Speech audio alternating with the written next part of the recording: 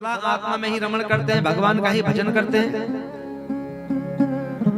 और चलो हमने मान लिया, अगर उन्होंने कथा सुनी है तो क्यों सुनी, सनकादिक ऋषियों की भेंट उनके साथ कहां पर हुई, ये कथा कहां पर प्रारंभ हुई, ये हमको बता दीजिए। वैसे तो हमें विश्वास नहीं कि नारद जी कथा सुनेंगे बैठ करके, घुमक्कड़ बाबा एक स्थान पर एक घड़ी नहीं टिक पाते हैं, तो 7 दिन बैठ करके कथा कैसे सुनेंगे। तो सूत जी कहते हैं, शौनक जी सुनो, हम बताते हैं नारद जी ने कथा क्यों सुनी। देखो, संतों का जो जीवन होता है वो दूसरों के लिए होता है। संत अपने लिए नहीं जीते हैं, संत दूसरों के लिए जीते हैं। संत देखते हैं कि सामने वाले का दुख है तो उस दुख को अपने पर ले लेते हैं। संतों का हृदय कैसा होता है, मक्खन की तरह होता है।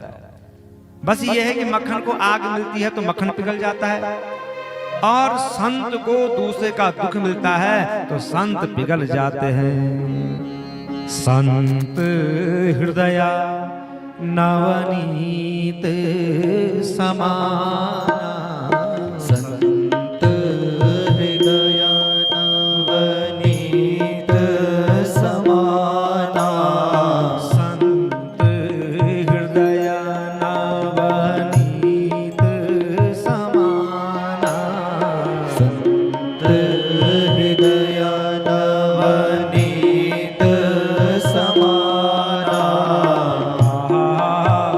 कवि पारी काहे न जाना, कवि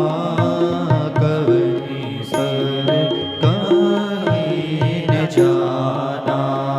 निजी पारी ताप द्रवही नवनीता, निज पर ताप द्रवही नवनीता, निज पारी ताप द्रवही नवनीता, निज पर ताप द्रवही नवनीता। परे सुख द्रवही संत सुनीता, पर दुख द्रवही संत सुनीता। तो शौनक जी, संतों का जो जीवन होता है वो दूसरों के लिए होता है। अब शौनक जी ने कहा कि मैं ये जानना चाहता हूं कि ये कथा कहां पर हुई, नारद जी ने क्यों सुनी है। तो सूत जी कह रहे हैं, एक दाहि विशालाया चत्वार ऋषयो मलाः, सतसंगर्धम समायाता ददृशुस्तत्र नारदम।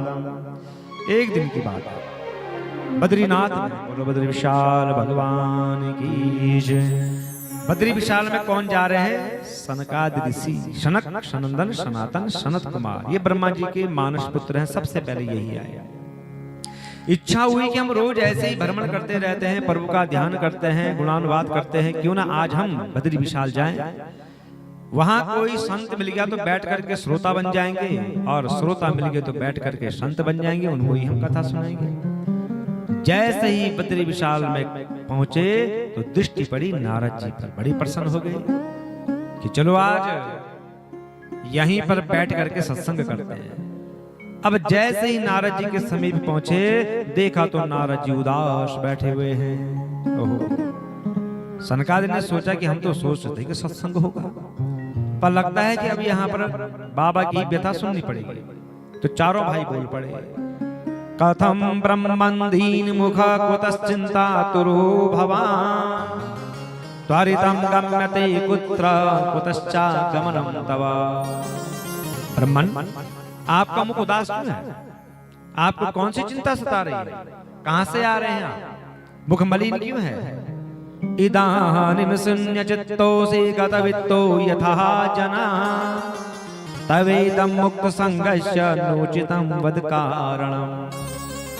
अजी महात्मा जी, इस समय तो आप उस साधारण मनुष्य के समान लग रहे हैं जिसका धन कोई लूट लेता है, जिसका सामान कोई चोर लेता है। अरे आपको ये उचित नहीं है।